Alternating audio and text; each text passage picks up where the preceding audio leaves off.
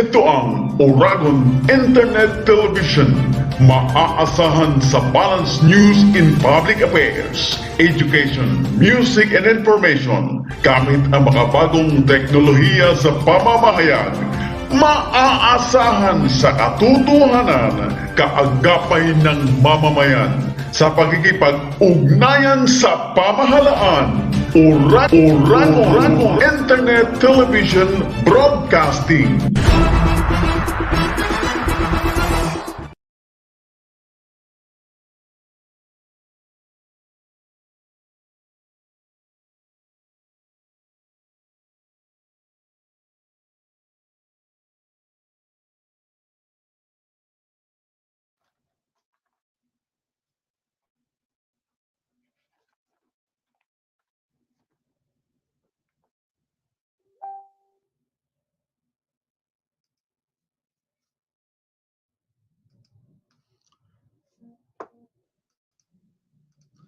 Magandang umaga po mga kaibigan. Tayo po yung magkakasama ngayong Lunes Santo sa ating po namang tapatan sa Aristocrat.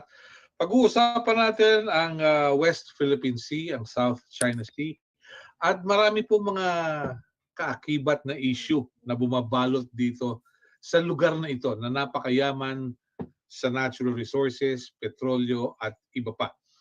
So ngayong araw na ito, mapapag-usapan po natin kung ano ang nagaganap doon sa Julian Felipe Reef. And we're happy to have with us former Secretary Rafael M. Alunan III, dating Secretary ng DILG at Department of Tourism. Ganun din po naman si Colonel Alejandro Flores. Siya pong Pangulo ng Philippine Council for Foreign Relations at Chair at CEO ng Hariban Foundation. We're expecting General Carlos Taniega, the former Western Command Chief. And we are also expecting Ambassador Jaime Bautista, former Philippine Ambassador to the Russian Federation. We have with us on board General Edilberto Adan, and he was a former Executive Director of the VFA Commission at ranking military officer din. Si Dr. Lucio B. Pitlo III will also join us. He's a fellow of the Asia-Pacific Pathways to Progress. Ganun din po naman si Dr. Aaron Jed Raberna, another fellow of the Asia-Pacific Pathways to Progress. And we're happy to have with us, kasama po natin, ang Associate Dean ng College of Law ng UP, si Attorney J. Batong Bakal. So let's start our discussions, and we'd like to greet our friends from the media, from the local and international media. We're also on Facebook Live. We'd like to have the brief opening statements of our guests. Secretary Rafi Alunan, your brief opening statement, please. Thank you very much, Melo, for inviting the Philippine Council for Foreign Relations. We're very happy to join you to discuss this very important point regarding the latest developments in the West Philippine Sea. I'm joined by various members of and officers of the Philippine Council for Foreign Relations. So we're ready to participate and engage in a fruitful discussion today.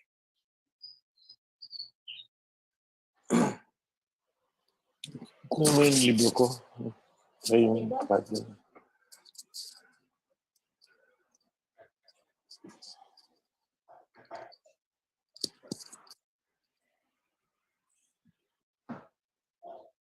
Attorney J. Batong Bakal, may we have your opening statements on what's going on? Hi, good morning, Melo, and to everyone in the press and those who are watching. Notebook. Thank you for coming over online to talk about what's happening right now in the South China Sea and the West Philippine Sea, particularly on Whitsun Reef. But as we know, there are also other developments elsewhere. So we hope that we can have a good and fruitful discussion on these events and what they actually mean for us as a nation. Thank you.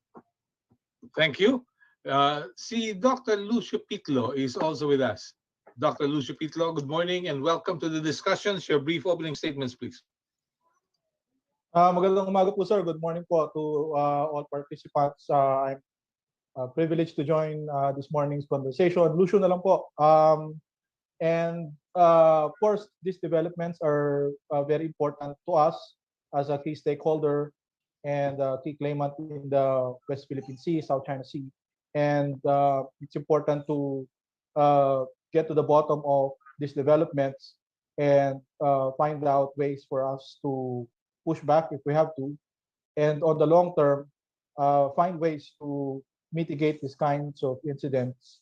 Of course, this would not be difficult, but this will be a long-term issue for us. This will be a generational problem that we'll have to consider. And I think the galaxy of speakers that we have assembled this morning will be more than qualified to say their piece on this unfolding drama.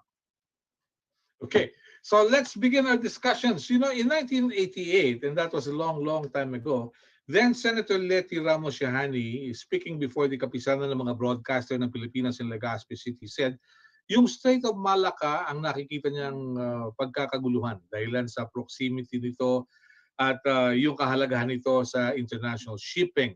Mahalaga po ito. Pero hindi nagtagal, lumabas na ito yung South China Sea na mayroong vast potential for petroleum, natural gas, ganun din sa marine resources, at napakahalaga rin ito sa paglalakbay sa pamamagitan ng karagatan.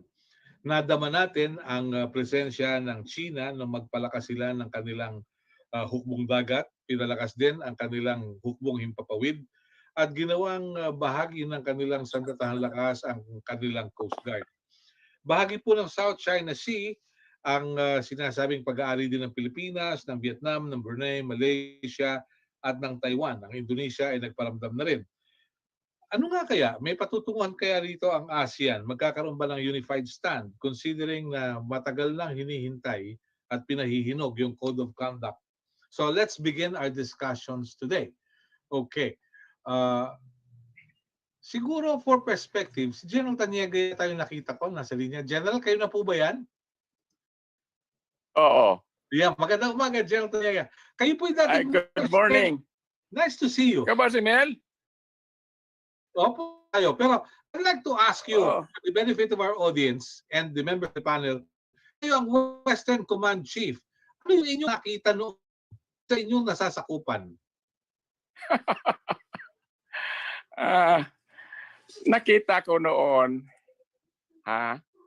sa katotohanan lang, dahil sa limited naman ang aking capabilities, alam mo naman ang limitation ng armed forces, ano ha? Hindi tayo makapag-ikot ng araw-araw o wala tayo nitong satellite, o wala tayo nitong itong ginagamit ngayon ng Amerika, Russia, at China, yung monitor. So, ang nakikita ko doon, ang movement and development ng mga property or mga islands that were already occupied by the Chinese were being developed slowly. Why did I say slowly? Because alam mo naman diyan sa lugar na yan, pag pumasok na ang South, halos hindi na makagalaw ang mga assets, naval assets. Pagka maganda ang panahon, yun, nagde-develop na sila. Okay. Ang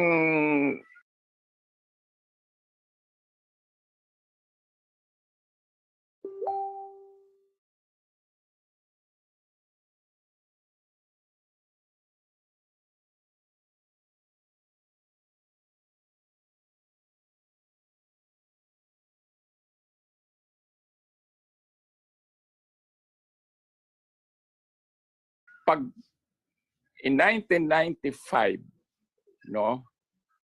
Actually 94 pa yun, December nag-umpisa silang mag-develop o magtayo ng kanilang mga antena, monitoring system doon sa Mischief Reef. Yun ang tinatawag natin panganiban.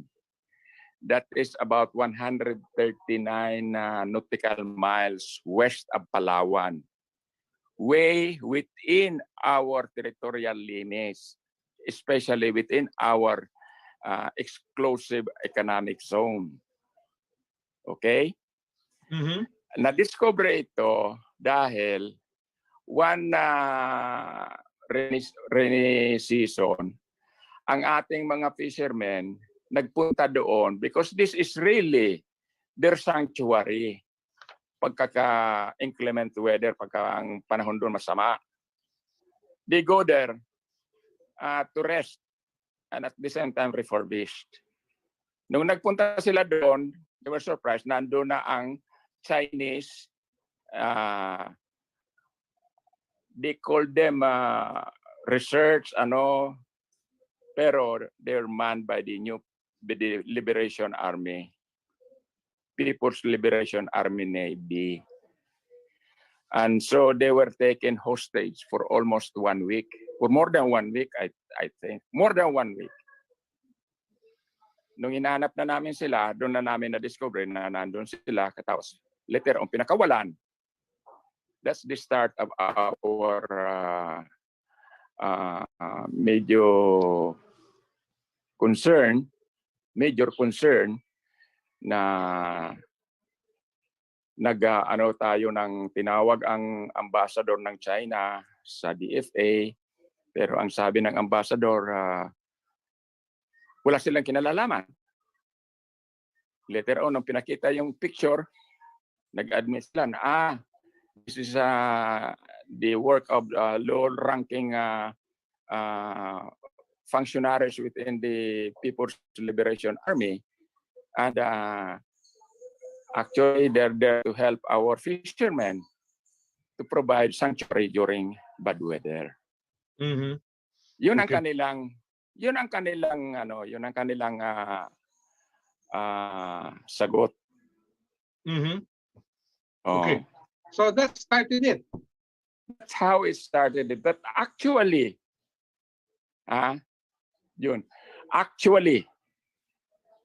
the Chinese were doing this way before.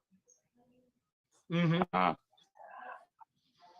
As far as I am concerned, as far as my knowledge about our armed forces and our pinaiiral na Mutual Defense Treaty, the Chinese were very happy when we evicted or we caused the removal of the military bases in the Philippines. They were very happy. Why do I say that? Because before that, I do not know. Ikaw, tanongin kita, matagal ka sa media. When did you first heard of the 9-dash line? Mhm. When? Recently lang. Recently lang. Mhm. Ako, I heard it in 1994. I know it already that they were asserting their 9-dash line. But Okay. even before that, the only time that they made it very or internationally known was something like before 1992. 1992. Okay. Okay. Anong significance ng 1992? Yun ang pag-alis dito ng Amerikano. Mhm. Before that, they could not make it public that they own the entire South China Sea while the Americans were here. Okay. Okay. Okay, General. Sandali lang po, no? Please hang on. I'd like to ask Attorney Matumbakal. Attorney J, very briefly, nagkaroon ng ruling noong 2016. You had a matrix. You checked, you told us in our forum kung alin yung mga pinanalo natin at yung medyo hindi tayo gasinong manalo. Pero briefly, yung bang decision noon, merong kinahantungang mabuti para sa atin? Attorney J. Siyempre may kinahantungang mabuti yan, no? Because prior to 2016, no, when the decision was handed down, there was really a lot of uncertainty legally about who is entitled to claim what in the South China Sea and the West Philippine Sea, no? Particularly, yung issue para sa atin na mahalaga, isa sa pinakamalaga was hanggang saan ba talaga abot yung ating exclusive economic zone?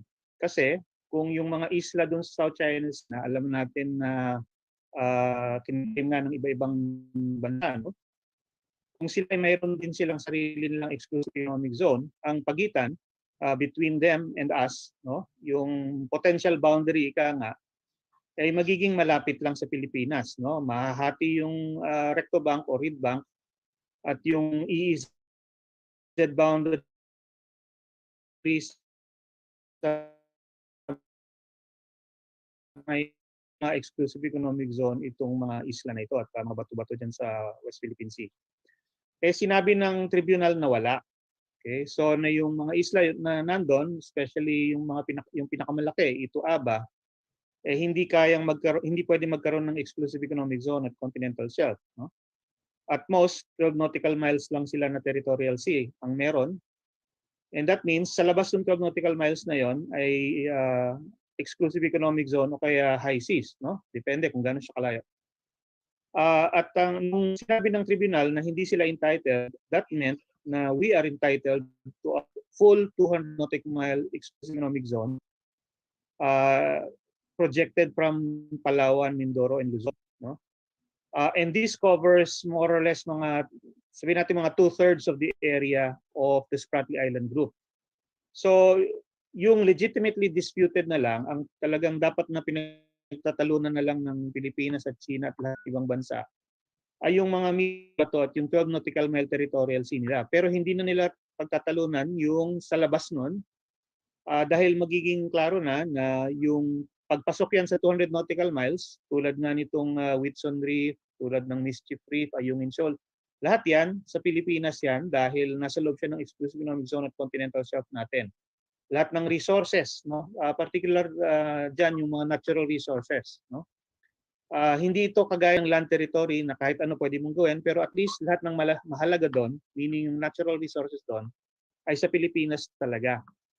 At sa labas ng 200 nautical miles na yun, yan na yung high seas. Ibig sabihin, lahat ng ibang bansa mayroong karapatan dyan sa high seas area na yan, no? So parang yung disputed area between us and China ay talagang pinaliit na, no? At yun nga, ang natira na lang ay yung mga isla at bato at yung 12 nautical mile territorial sea nila. Pero yung mas malaking area, yung exclusive economic zone at continental sa labas nun, ay nakita na kung alin ang para sa sa Pilipinas at alin ang sa high seas na lahat ng bansa mayroong rights, no? So yun yung kahalagahan nun. Kaya ngayon, alam natin, for example, na yung Mischief Reef mismo, dahil walang isla at bato yan before, no, bago yan lagyan ng artificial island ng China. Yan actually, parte yan ng continental shelf ng Pilipinas, yung sa ilalim ng tubig. At yung mga pangisdaan dyan at mga minerals in the water, etc. Ano yan? That belongs to the Philippines. Okay? Kaya hindi sila dapat nandun. All right. Secretary Rafi, on behalf of our other resource persons, how do you look at this? Ito ba nangyari sa Julian Felipe Reef is a cause for alarm? I'll be asking the other members of the council as well. Yes. Well, I think so. I think it's really a cause for alarm because una-una, it's well within our exclusive economic zone. And more than 200 vessels, and they didn't look like fishing vessels at all to me. Some looked like small tankers. Others looked like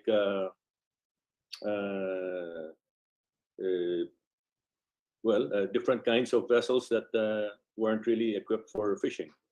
Anyway, the point is they were there parked in military formation. well within our exclusive economic zone, and they were uninvited. Normally, if you want to enter an exclusive economic zone and stay there for a stated purpose, sa sa host country, ano. Pero walang ganyan. Number two, nung sinita na sila, they lied. They said that nandun lang sila to seek shelter from inclement weather. But when photos were shown that there was no inclement weather, it was good sunny weather. They still lied further that they were not violating any rules with respect to or undermining relations between the Philippines and China. The point is this: what they say and what they do are two things in the West Philippine Sea. And unfortunately, and ang dating sa akin ay ganito. What is the point of holding discussions on the code of conduct on the South China Sea kung ganito lang ang mangyayari? Kasi the code of conduct on the South China Sea among claimant countries assumes that no one has superiority over the others. Pero ang message na dumarating dito is let's have a code of conduct, but don't forget that I have indisputable sovereignty over the South China Sea. So sa palagay ko, it's a waste of time unless China changes its attitude and behavior. To your point, going back to your point, yes, we consider that a transgression of the international order and a threat to our national security and national interests. Yeah. I'd like to ask Ambassador Jaime Bautista, you're a former ambassador to the Russian Federation, Your Excellency. Let me ask you, because our good friend Chito Santa Romana said there's still hope in diplomacy because while the DFA has filed its note verbal, it has filed its protest, and the president talked to the ambassador of China to the Philippines. They are also talking with their counterparts in China, and they have the assurance from the Chinese authorities that there is nothing probably worth worrying about. Is diplomacy still effective, Mr. Ambassador? Well, good morning and thank you for the invitation. I would like to say that I am not privy to the discussions of our DFA with their Ministry of Foreign Affairs. So first, with respect to diplomacy, as long as both countries are talking, that is good. But there is also a point at which there is no point anymore at discussions. So I don't know if this point has been reached.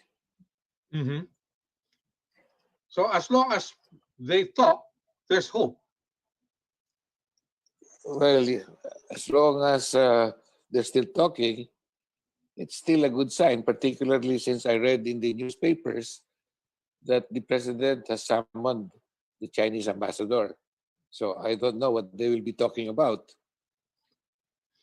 Okay. All right, Mr. Ambassador, thank you very much. Colonel Flores, you're in the intelligence community and you're the president of the Philippine Council for Foreign. What do you see in the horizon? Is there hope? From the viewpoint of the Council on Foreign Relations, there's always hope as long as we talk. Because it is not really a zero-sum game for me. When we discuss things with superpowers, with countries that are much stronger than us, they tend to perhaps ignore your importance. But it is upon us to demonstrate that we have the rules-based right and the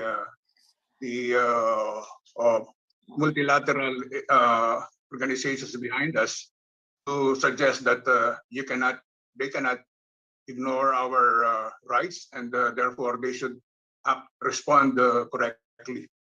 Mhm. Okay. Dr. Lucio Pitlo and Dr. Aaron Jed Ravena. Let's start with Lucio. How do you look at what's going on today?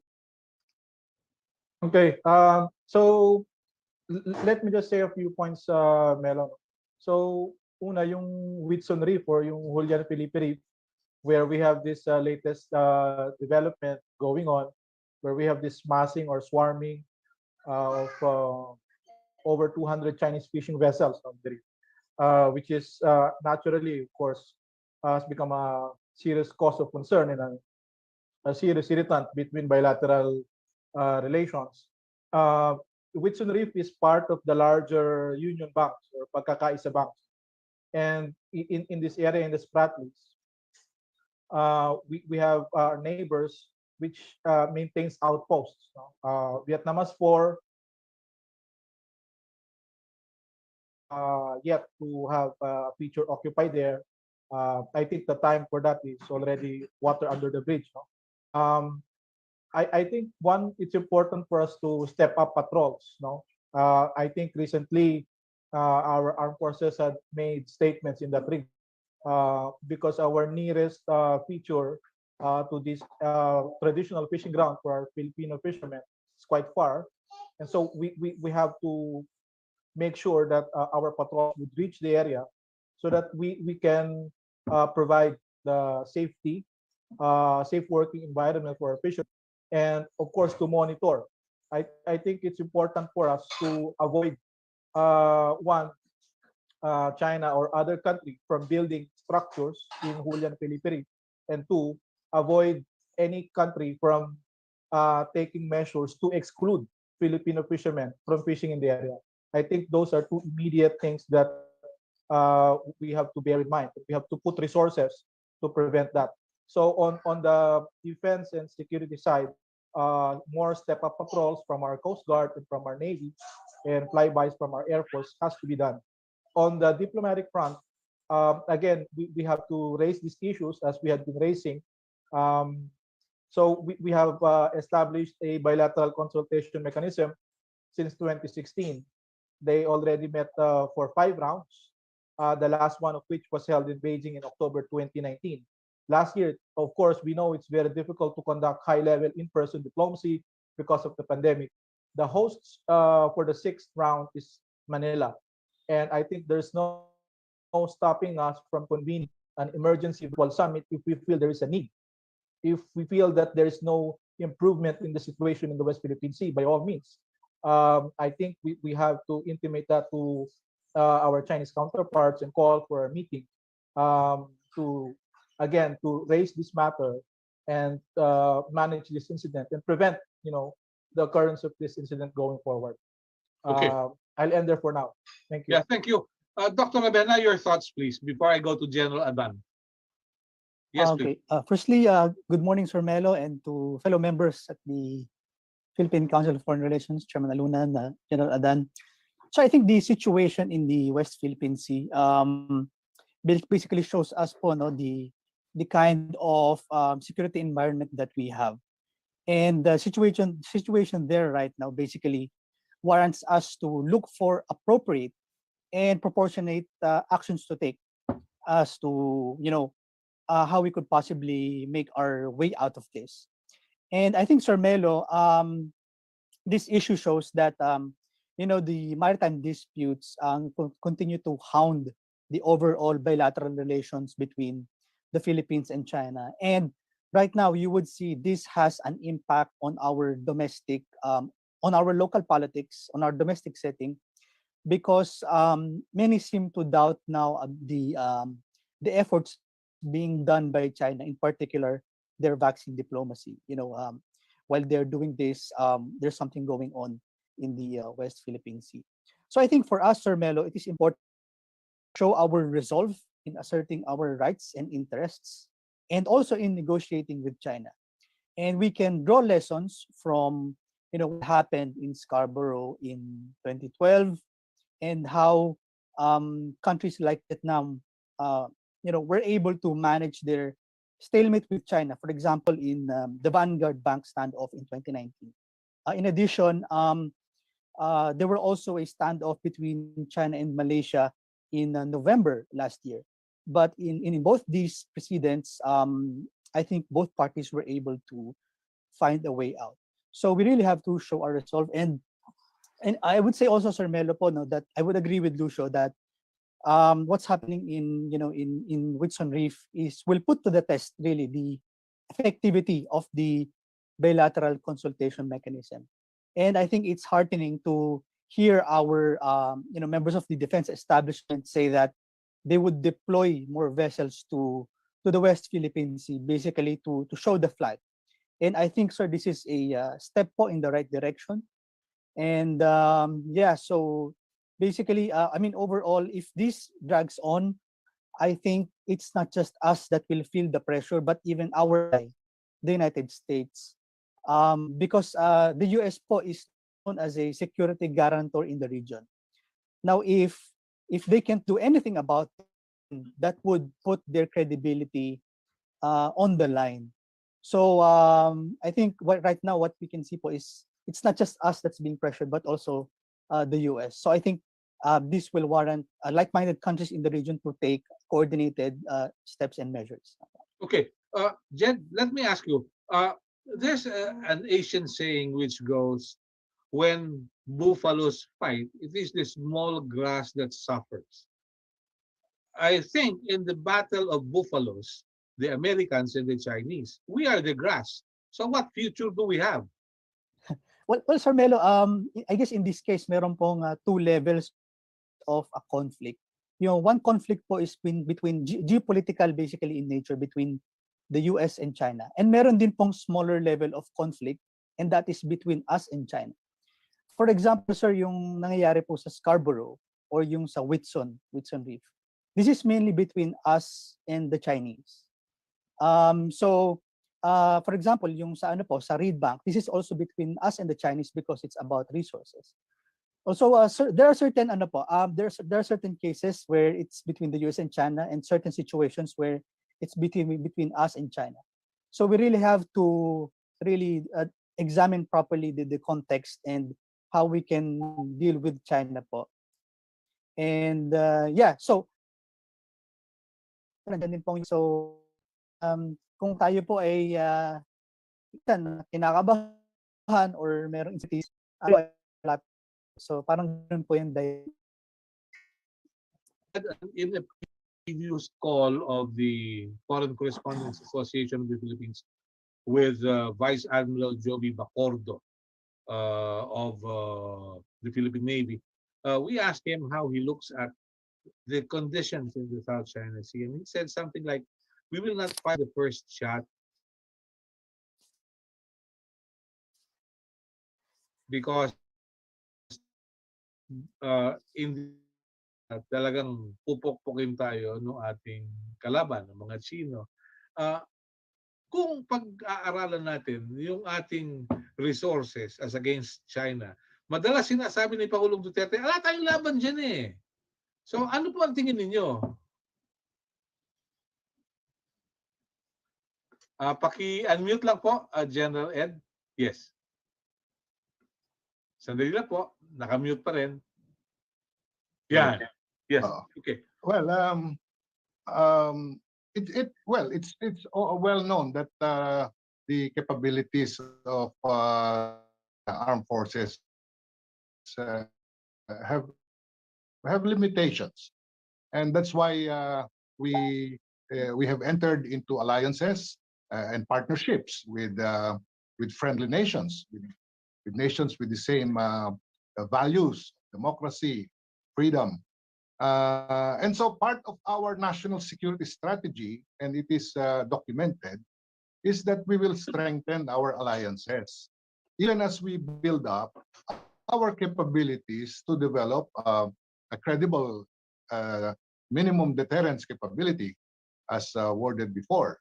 So it's still necessary that even as we build up our capability, we should know how to cooperate with allies. It's not just the US, we have other partners in the way that we do. Chairman Rafi mentioned it, that the Chinese actions does not match their words. It's very important for us to realize this.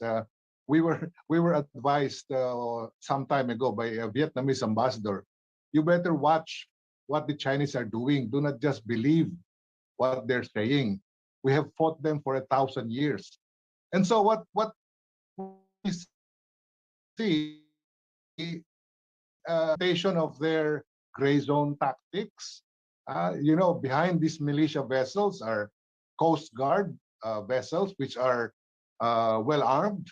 They have 76mm guns, and behind that is the plan, the People's Liberation Army Navy. They have objectives there. The presence in Whitson Reef or Julian Felipe Reef as an objective. They could be building something. They could be one of the possibilities is they're testing the waters. They're waiting for the responses, engaging the reactions of not just the Philippines but the U.S. The political decision making, is there resolved? Unfortunately, on the part of the Philippines, they can see irresoluteness based on the statements of some of our leaders. So importante na ipakita natin na we are resolute, we are willing to defend, and we can afford to stay there. We have to show resolve. Thank you. Mm-hmm. Okay. General Adan and Secretary Rafi and Attorney Jay and Lucio, I'd like to ask you this. Vietnam has no allies. They have no treaty allies. I haven't heard of Malaysia or Indonesia having treaty allies, and yet they have the resolve. Or is it because the appropriation given the armed forces is significant? General Adan, coming from the armed forces some years ago. Yes. Well, Secretary Lorenzana had said it, and we all agree that the aim is for our defense budget to be at least 2% of our GDP from the present 0.95%. So we have a long way to go. That's why it's very important that we continue with this modernization or upgrading. Unfortunately, the pandemic has wrought havoc on this of increasing our defense capability. So we'll still have to work with other friends and allies. Yeah. Jay? Yes, please. Attorney Batong Bakal, please. Yes, thank you, Melo. Yung reaction and additional commentary sa mga points raised. No? With respect to this situation in pagkakaisa or union banks, no, which Whitson Reef is a part, no. Una, most people don't realize it, no, but the exclusion of our fishermen has been happening for quite some time now.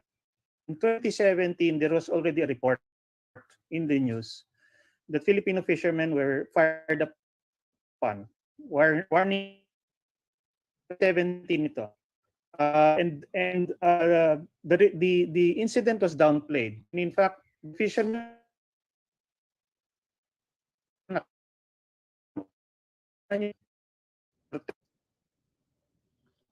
Yes, you're coming in and out, Jay.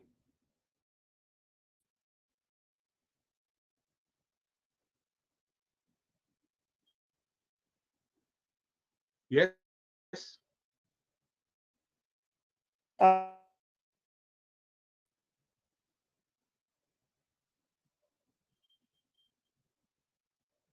Coming in and out, Jay. Could hardly hear you. Uy, nawala yung signal ni Jay. Hello. Oh, please. Go ahead, Jay. Ayan, meron yatang may ayaw nung gustong sasabihin ko. Like I said, in sum, no, 2017 nangyari na yon, 28. So 4 years later, ano nangyari, no? During that interim period, ano yung naging reactions ng government?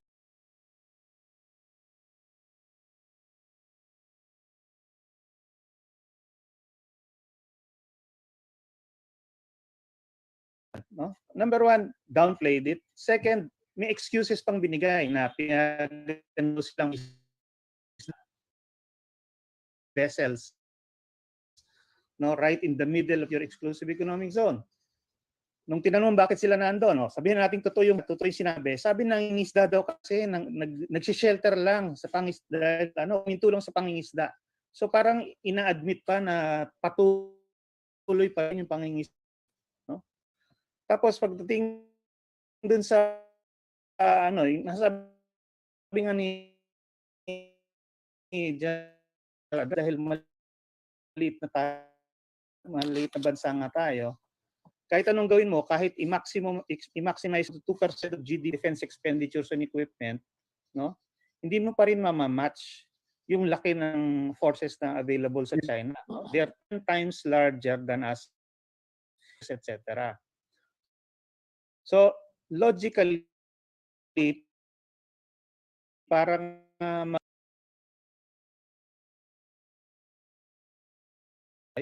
pero during that time, anong ginawa, no, ng Philippines as a whole? Sino bang sinong nagdadala ng duda tungkol sa alliance? No? Tayo rin eh. Pilipinas din, kini-question lagi. Paglalaban nyo ba kami? Ano talaga, hanggang saan kayo exactly pagdating dyan sa pag-responde nyo? No? Totoo ba na magre-responde kayo? Sino ba nagdududa kundi tayo rin? No? So, paano mo aasahan tuloy yung kabila na mag-invest kumbaga sa'yo, i-consider kang sa umpisa pa lang kung anong gagawin nila. So yun yung problema natin eh. So ngayon, meron tayong economic zone, no? Na una muna yung fishermen nila, nung sinita sila, nung tinambangan sila, biglang nagdatingan yung kanilang Coast Guard, no? Tapos in both instances tayo yung umatras.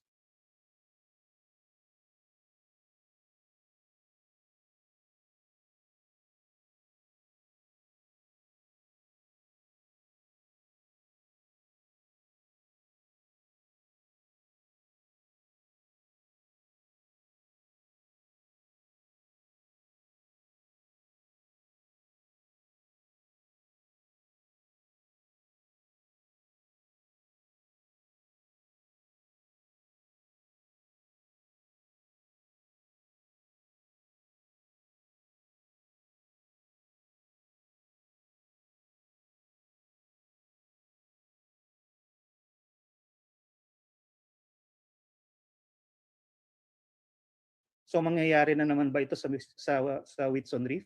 Mangyayari ba uli yan sa ibang reef? I mean, alam naman na natin yung nangyari before at nitong mga nakaraang taon din, nire-raise din lagi ng mga kritiko na tinatawag, no? Tulad ko, sa bawat pangyayari diyan, sinasabi namin, nire-raise namin yung warning signs, ika nga, no? Pero ano nangyayari? Dina-downplay at binabanatan pa yung mga kritiko na destabilizer daw, no? O tapos ngayon, 4 years later, several Malakas na lang dito. diba? So hindi maganda yung pattern na yon. So hopefully this time medyo matuto na naman and hopefully meron pang tsansa, no, na mabago naman yung outcome nitong particular incident na ito. Yun lang naman, Melo. Yeah, thank you. Secretary Rafi, bago tayo magtungo kay General Taniaga. Yes, please. Sa daming sinabi, can I go back to your question? What was your question? Nalito na ako. Yung kasing mga bansa, katulad ng Vietnam, walang alliances, pero they can stand on their own. Yeah, well, you're referring to Vietnam, no? Yeah, of course. Well, Vietnam has a very proud tradition of standing up to foreign powers, no?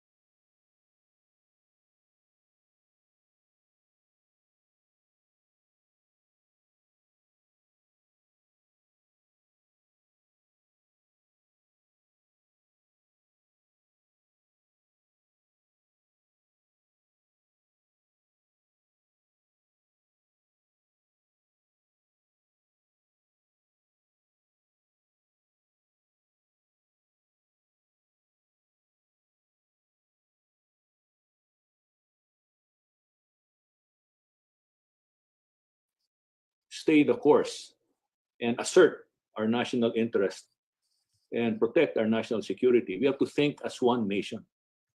And because we are not a united nation, we have to go back and find out the root causes of our division, of our disunity, and start all over. It's going to take time. It's going to take time. But for as long as we realize what the problem is, 50% considered solved.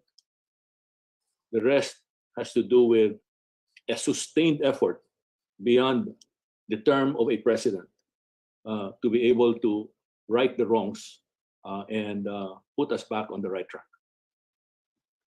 Okay, thank you. Recto? Thank you. That's all. Salamat. Okay, thank you. All right. We'd like to acknowledge our friends from the foreign media watching us today. Deep Wang is here with us. He's from Guangming Daily, and he's listening and probably may have some questions a bit later. Okay. All right. Is the situation going to escalate like what happened in Scarborough Shoal? That's a question of our good friend, Deep Wang. Gerald Adan, please, your thoughts? Gerald Adan, yes. The question is it going to escalate? Yes. The objectives are clear. Long-term objective is military control of the South China Sea by China, and that would mean rejection or denial of the dominance of the U.S. forces in the region. So, control is the objective. Will it escalate? China is using and as we have mentioned in several forums, the unrestricted warfare, using everything: political, economic, psychological, and allies and partners and friends, including the Philippines, of course, should be very much aware of this doctrine and how it's being implemented. To frame the current conflict in terms of military confrontation is simplifying it. China's initiatives run much more complex, are much more complex. And as earlier cited about the timing, with regards to the election, China would support a candidate for the 2022 election who would continue with the friendly, appeasing, accommodating stance of the current leadership. The objective by 2022, I would like to think, would be the end of the U.S. military relations by cutting off the VFA. And therefore, we should all be aware of these sophisticated tactics. It's not just military confrontation. So escalatory, yes, I think China will continue to test the waters, find out the responses of all stakeholders in the area. Okay. They will escalate. Okay, thank you. Attorney Jay, your views, will it escalate into one like in the Scarborough Shoal? Okay. Well, I'll keep my video off. Hopefully that will resolve any bandwidth issues. The potential for escalation is there, of course, no? As long as the two sides will only insist on their position and not budge from them, no? So that is always a possibility. But hopefully this time, no, given that there are some parang additional factors different from Scarborough Shoal, that the parties will not parang reach a point of no return like they did with Scarborough. Okay. It depends really now on skillful diplomacy, and diplomacy is not only about talking with the other side, no, but also knowing and building up your own strengths, no, so that when you talk with them, there is some credibility in saying that you will do, no. So hopefully hindi naman umabot sa ganon. Okay. As far as I'm, let's be clear, no. Even if this situation is resolved, shall we say, nominally favorably, nominally in our favor, meaning that in there at least disperses, no? The situation overall is still the same. China has still made inroads into the West Philippine Sea, and it has established and is maintaining its network of military bases there, no? So even if they withdraw temporarily from Whitsun Reef, we can expect, and we should be vigilant. We should be vigilant about all the other places where this can also happen, no? And we should, as earlier mentioned, no, address this issue consistently, no, with resolve, no, from now on, and not be swinging back and forth again. Okay. Yeah, thank you. Jed and Lucio, short reactions, please. Will it escalate?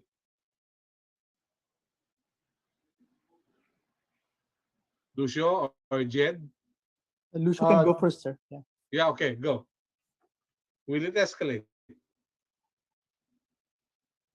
Go, Jed.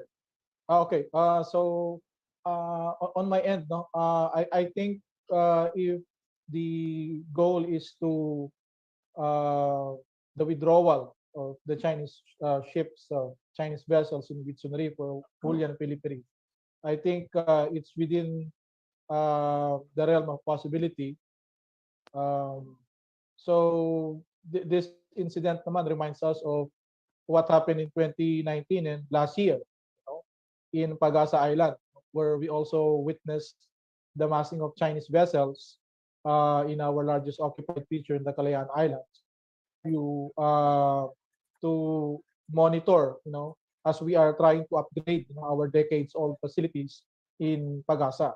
So as Attorney Jay mentioned, you know, maybe the reason behind the probing activities of China these past few days was to test the water, so to speak, considering that we will have a leadership transition in less than a year's time. So I think it's important for us, again, you know, diplomacy and to invest in our deterrent capability. China's presence there is already established, no? And you know, with them building artificial islands, with in Union Banks, for instance, they have 2 outposts already. So it would not be unsurprising at all to see Chinese ships operating in the area, despite, you know, our displeasure, you know, our dismay against it, you know.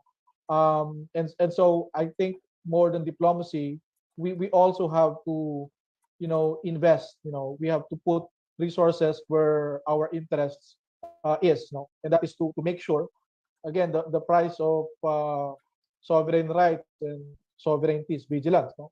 And we have to make sure that we are there, no, not as always, no, as a reactor, no, to what is taking place, you know, but you know, to be proactive in preventing right at the onset.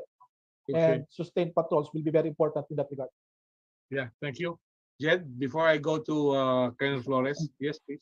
Yeah, Sir Melo, I think 2 contrasting cases po, sir, na pwede nating makita rito. One is yung what had happened po in Scarborough. You know, China was able to really take control of it.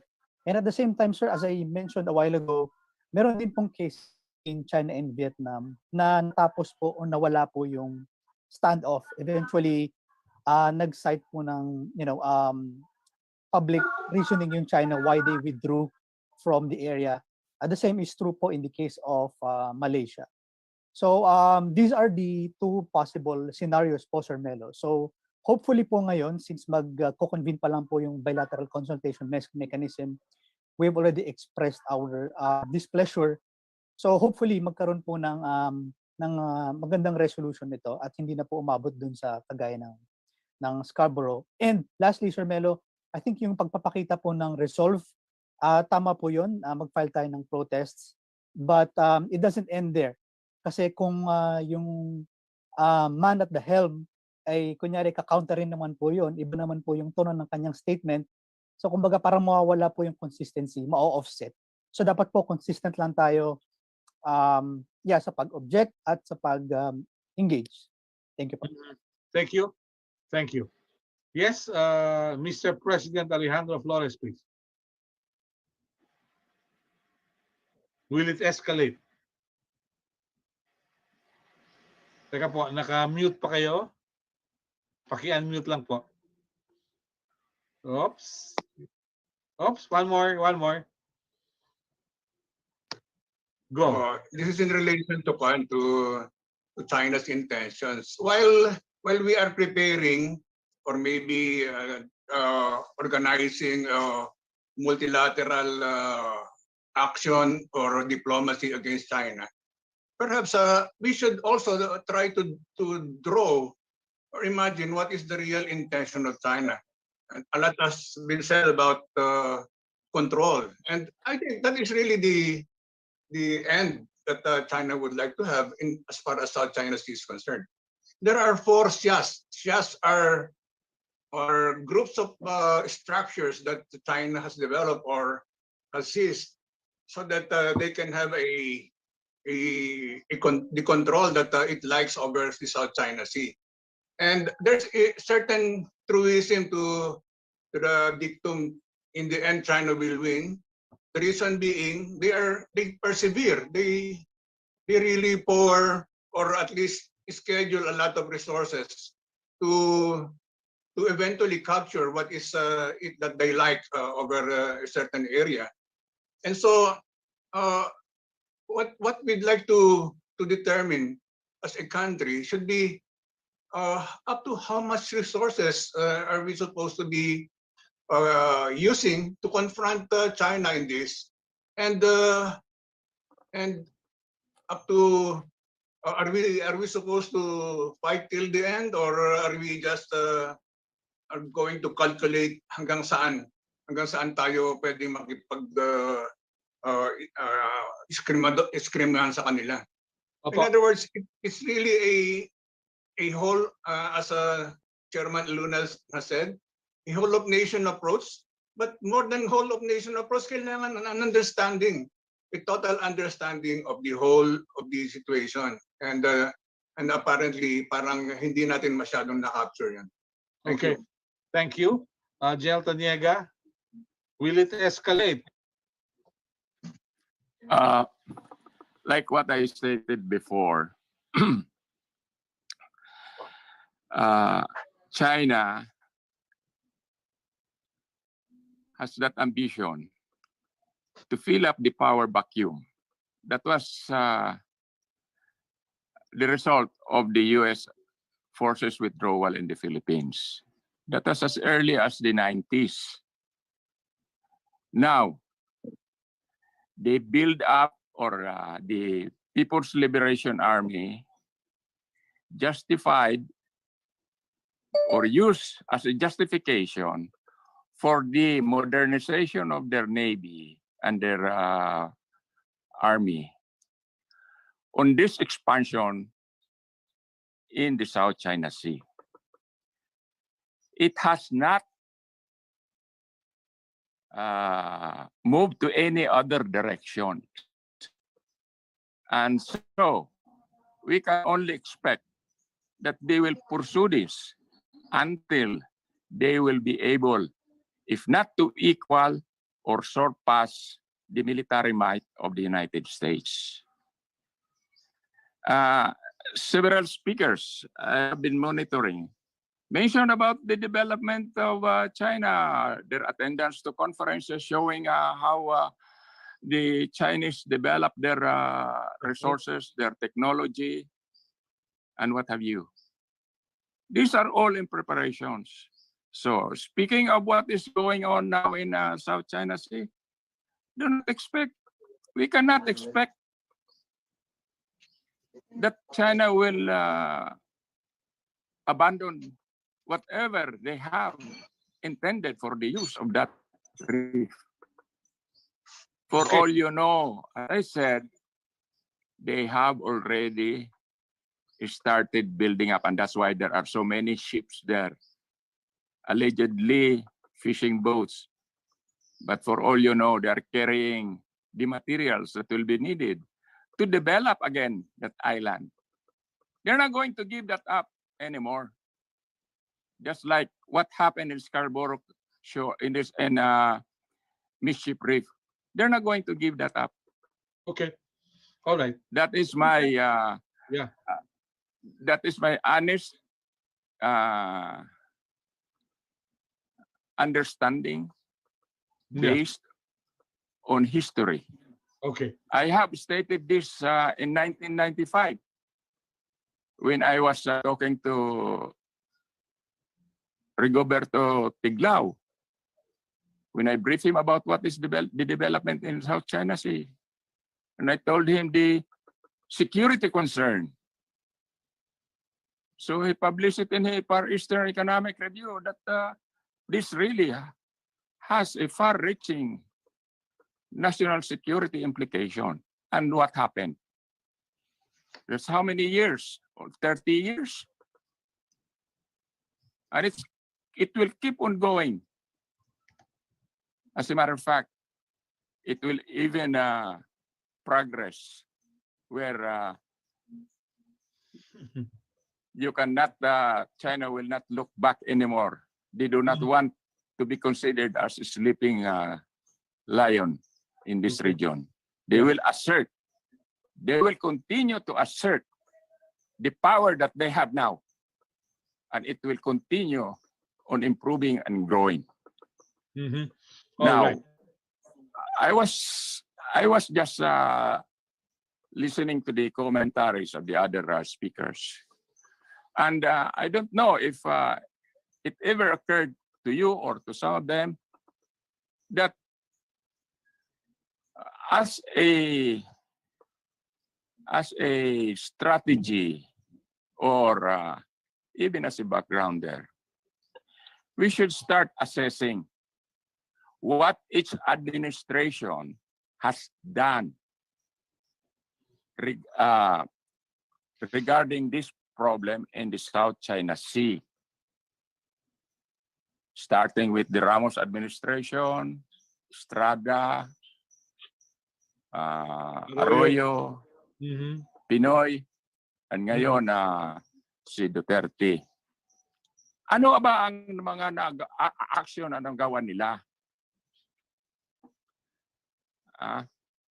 Para malaman man lamang natin kung saan mayroon positive result, kung saan mayroon very negative result. Bakit?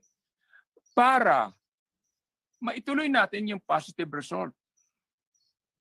Yung negative result, pag-aralan kung bakit nagkaganon. I think siguro the strategists in the government now should start looking at that.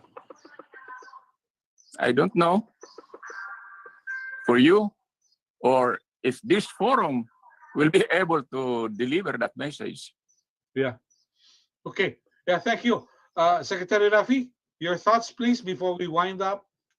Yeah, Yes. thank you. Thank you, Melo. I'm glad that General Charlie has provided us with a historical perspective because institutional memory is very important. But one must go back to the starting point, which was 1949, when Communist China took over the Chinese mainland from the Kuomintang. And one of the things they inherited from the Kuomintang was basically the 11-dash line, which later on became the 9-dash line. One has to look at the history of China from the standpoint of their intention, of their intent. And one of them was to right the wrongs that were committed against them by the colonial powers over 100 years ago. That's a stigma that they wanted to get over with by becoming a strong nation. And they followed, as President Babes mentioned earlier, they followed a 5-year development plan, and they're already on their 14th 5-year development plan, which was really focused on a ladderized approach towards economic development, and in the process of developing their economy, becoming a strong military power. At some point during the implementation of their development plans, they came up with their 50-year master plan to be a superpower. At sinama nila doon, sa palagay ko, yung kanilang intention to escalate and shall we say, walk the talk as far as becoming the major power in this part of the world. Doon natin makikita yung, shall we say, yung salami slice strategy approach nila. Pagdating sa occupation ng mga features sa South China Sea, siguro maraming masasabi ang mga Vietnamese kasi nauna sila doon when the paracels were taken over in the 70s. In fact, nagkasagupaan pa nga yung dalawang bansa in the open seas, no? Around the Paracel Islands. This was, I think, over Sincao Reef.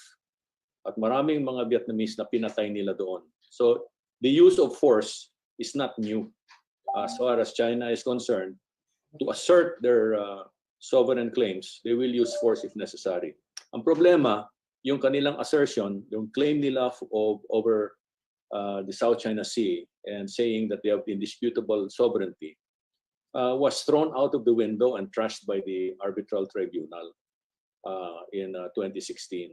So walang basihan yung kanilang ginagawa sa South China Sea, yung administrative control, the creation of administrative counties, so to speak, no, to control the islands, yung artificial islands, yung takeover of certain islands, yung intimidation of fishermen, preventing them from fishing in their traditional grounds.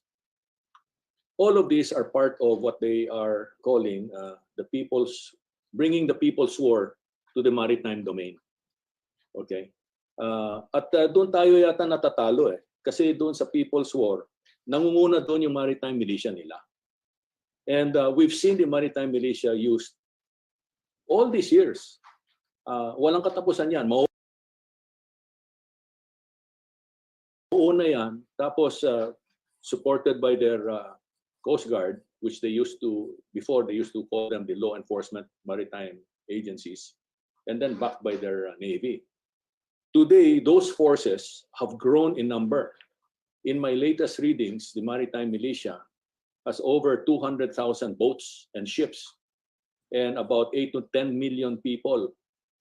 And these are used worldwide, primarily to support their maritime economy.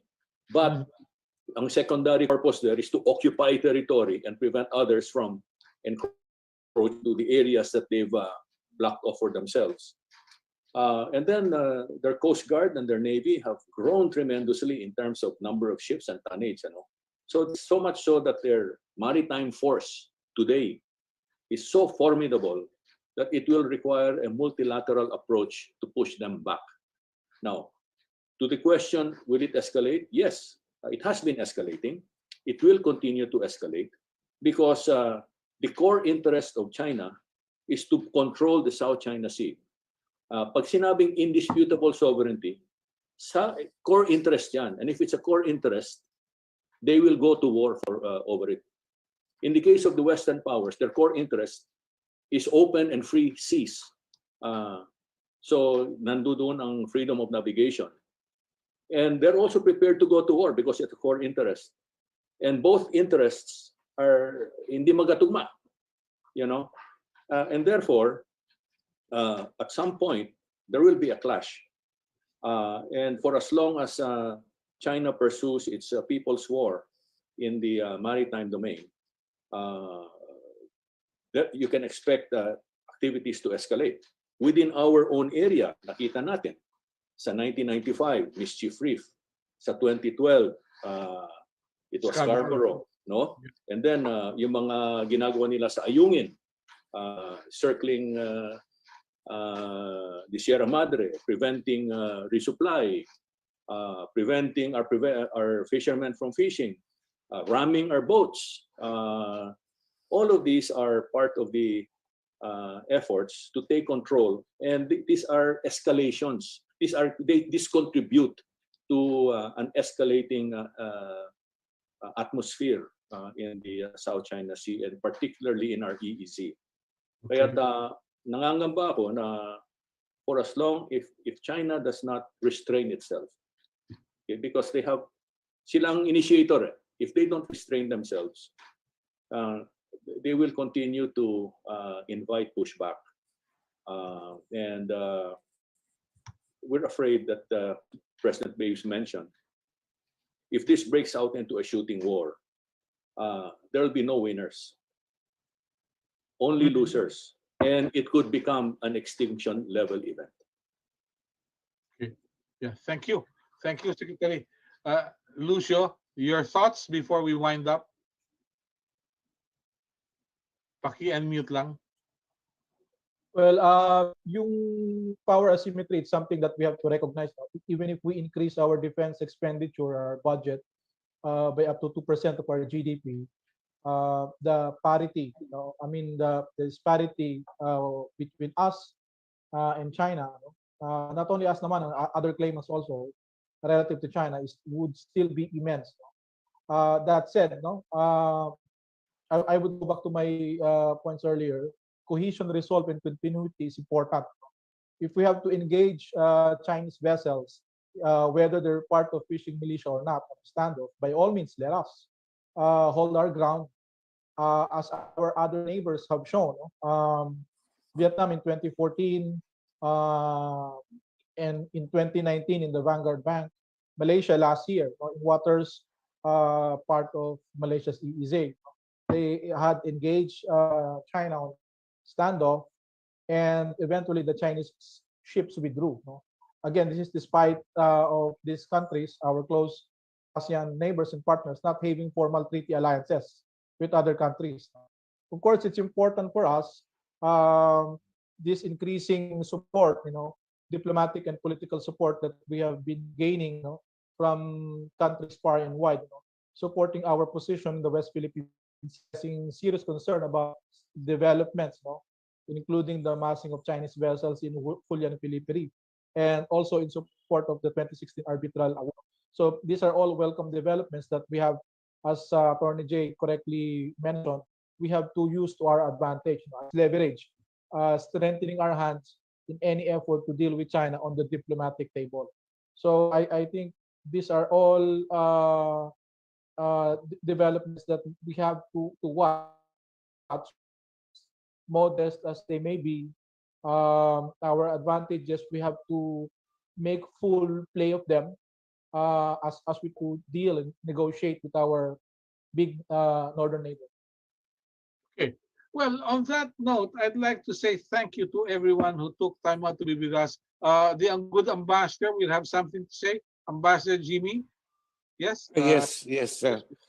I've been listening in, and our discussions have been mostly on hard power, but very little on soft power. Because it is in soft power that we can counter and enforce the arbitral ruling. So I think that has been missing in this discussion. Because with respect to hard power, and the fear of it, to see this trap, happening, China is still so far behind the United States when it comes to military power.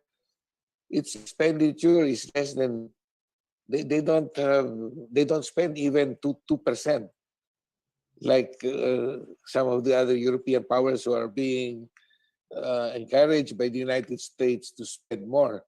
The United States spends more than all of the European powers together, plus China.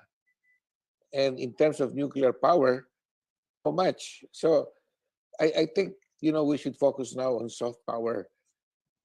and how to get other countries, to come and help us enforce the arbitral ruling.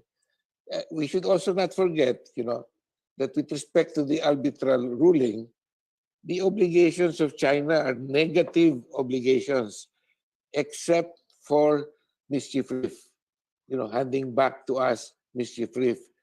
But all the other obligations are negative obligations.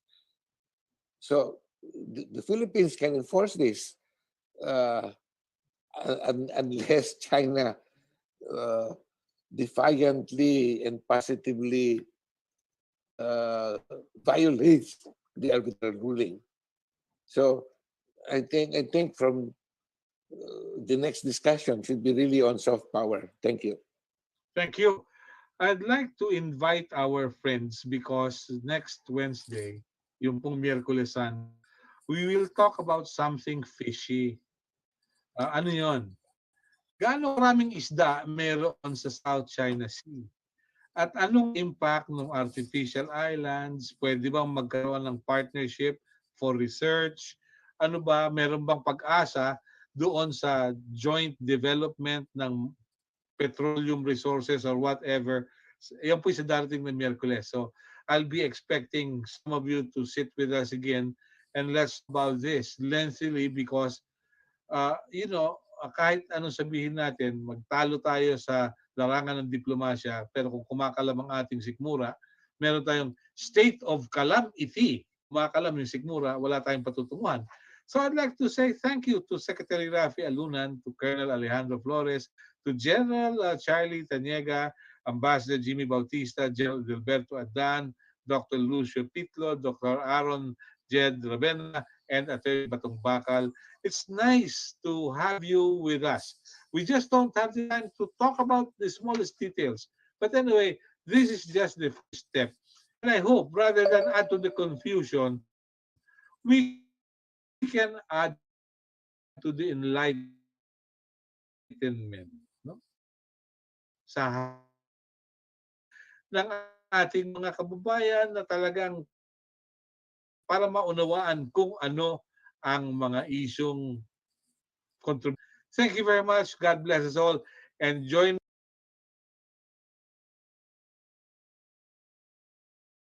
me in thanking God and friends. My son recovered from COVID-19 after 12 days at the hospital, spending 9 days at the ICU. He's now back into his wife's arms, although may social distancing pa rin siyempre. Magandang araw po. Maraming salamat. Till next time. God bless us all. Thank you. Ito ang Oragon Internet Television. Maaasahan sa balanced news in public affairs, education, music, and information. Gamit ang makabagong teknolohiya sa pamamahayag. Maaasahan sa katotohanan, kaagapay ng mamamayan. Sa pagkikipag-ugnayan sa pamahalaan. Oragon Internet Television Broadcasting.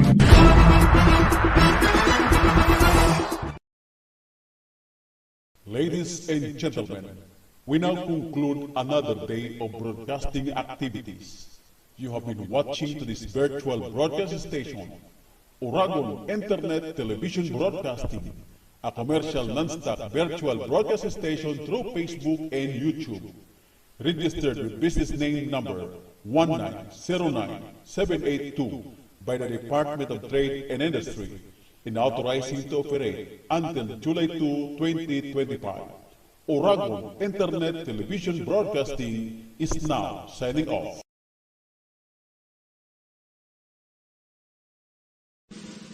Mga kababayan, ang pambansang awit ng Pilipinas. Kayang magiliw, pero sa silanganan, alam ng puso, sa titik mo'y buhay. Lupang bihirang, tuyag ka ng magiting, sa mandulupin, di ka pasisigil, sa nagatang tutok sa simuyan, sa langit mo pagaw, ay hinagang tulad.